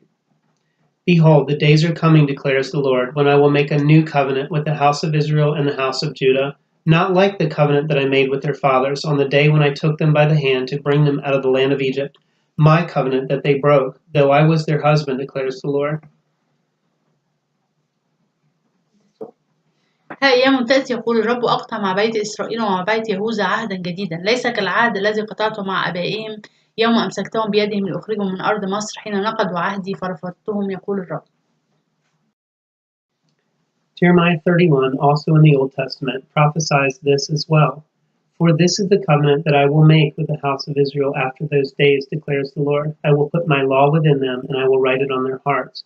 And I will be their God, and they shall be my people. بل هذا هو العهد الذي أقطعه مع بيت إسرائيل بعد تلك الأيام يقول الرب أجعل شريعتي في داخلهم وأكتبها على قلوبهم وأكون لهم إلها وهم يكونون لي شعبا. So this new covenant applies to forgiveness of sins, فالعهد الجديد دوت بيتكلم عن غفران الخطايا holiness, والقداسة and new life. وحياة جديدة. And this includes eternal life for all people of God who follow Jesus Christ. بيتضمن الحياة الأبدية لكل شعب الله اللي بيتبعوا يسوع المسيح. In Matthew 5, verse 17, Jesus explains that he did not come to do away with the old covenant, but to fulfill it. يسوع بيقول إن هو في متى 15-17 بيقول إن هو ما جاش عشان ينقض الناموس لكن عشان يكمله. Do not think that I came to destroy the law or the prophets. I did not come to destroy, but to fulfill. لا تظن إني جئت لأنقض الناموس أو الأنبياء ما جئت لأنقض بل لأكمل. Jesus also explains this to the disciples on the same night he is arrested. ويسوع برضه شرح ده للتلاميذ في نفس الليلة اللي هو اتقبض عليه فيها. And this is the night before he is crucified. وده الليلة اللي قبل صلبه. As they eat what he knows will be their last supper together, وهم بياكلوا اللي هو كان عارف إن ده آخر عشاء هياكلوا معاهم. he shares through the bread and the wine that his death is for their sins. شارك معاهم إنه الخبز والخمر هو تمثيل لموته من أجل خطاياهم. It will bring them new life, وهيأتي ليهم بحياة جديدة. just as he raises up from the dead. زي ما هو هيقوم من الموت. And it is the beginning of a new covenant that fulfills the old. ودي بداية لعهد جديد هيكمل العهد القديم. And he took the bread, and when he had given thanks, he broke it and gave it to them, saying, This is my body, which is given for you. Do this in remembrance of me. وأخذ خبزا وشكر وكسر وأعطاهم قائلا هذا هو جسدي الذي يبذل عنكم اصنعوا هذا لذكري. And likewise the cup after they had eaten, saying, This cup that is poured out for you is the new covenant in my blood. وكذلك الكأس أيضا بعد العشاء قائلا هذه الكأس هي العهد الجديد بدمي الذي يسفك عنكم. In Genesis, Abraham had one son, Ishmael, by his slave Hagar. في سفر التكوين بنشوف إبراهيم كان عنده ابن من اسمه إسماعيل اللي هو من زوجته هاجر. And he had another son, Isaac, by his wife Sarah. وكان عنده ابن تاني اللي هو إسحاق من زوجته سارة. In Galatians, the Apostle Paul points to these two children of Abram and explains the difference between the old covenant of the law under Moses and the new covenant of forgiveness of sins. في غلاطيا الرسول بولس بياخد الولدين دول وبيقول انه بياخدهم كرمز وبيوضح الاختلاف ما بين العهد القديم والعهد الجديد. العهد القديم اللي هو تم مع موسى عند الجبل والعهد الجديد اللي هو بتاع غفران الخطايا. This new covenant leads to holiness and freedom through Jesus Christ. لكن العهد الجديد بيقود إلى القداسة والحرية في يسوع المسيح. Here's what Paul says. وده اللي بولس بيقوله. Tell me, you who desire to be under the law, do you not hear the law? For it is written that Abraham had two sons, the one by a bondwoman, the other by a free woman. قولوا لي أنتم الذين تريدون أن تكونوا تحت الناموس ألستم تسمعون الناموس فإنه مكتوب أنه كان لإبراهيم ابنان واحد من الجارية والآخر من الحرة.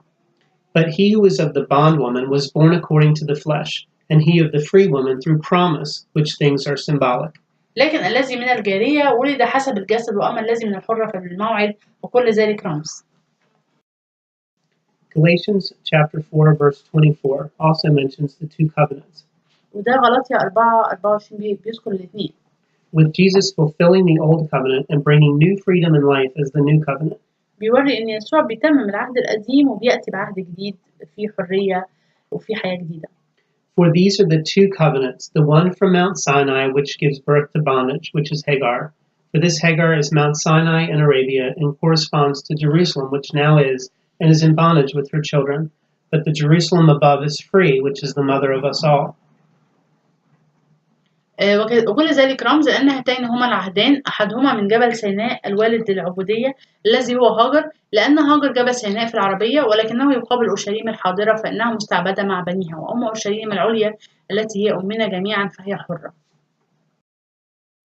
Hebrews chapter 8 verse 6 in the New Testament clarifies this as well. وعبرانيين 8:6 برضه بيأكد على الحكاية دي. But as it is, Christ has obtained a ministry that is much more excellent than the old, as the covenant he mediates is better, since it is enacted on better promises. ولكنه الآن قد حصل على خدمة أفضل بمقدار ما هو وسيط أيضا لعهد أعظم قد تثبت على مواعيد أفضل. So we can see that this Old Testament covenant with Moses for the Israelites dealt with laws. فاحنا كده بنشوف إن العهد القديم اللي هو العهد مع موسى كان بين الله وشعب إسرائيل وكان ليه علاقة بالشرائع. This was an important forerunner of the new covenant through Jesus Christ. لكن ده كان مهم لتأسيس العهد الجديد اللي هيأتي بيه يسوع المسيح للبشرية كلها. This new covenant through Jesus is for all mankind. العهد الجديد عن طريق يسوع هو للعالم كله وللبشرية كلها. And it deals with the heart. والحقيقة بيعتمد على القلب واتجاهات القلب. Thank you for being with us today to learn about the covenant commitment in the book of Exodus. شكرا عشان سمعتونا النهارده واحنا بنتكلم عن العهود الموجودة في سفر الخروج. This is our final session on the book of Exodus. ودي كانت نهاية المحاضرة بتاعتنا في سفر الخروج. May all of us apply the lessons we have learned from this valuable book. يا رب نكون بنقدر كلنا نتمم الدروس اللي احنا اتعلمناها في السفر الجميل دوت.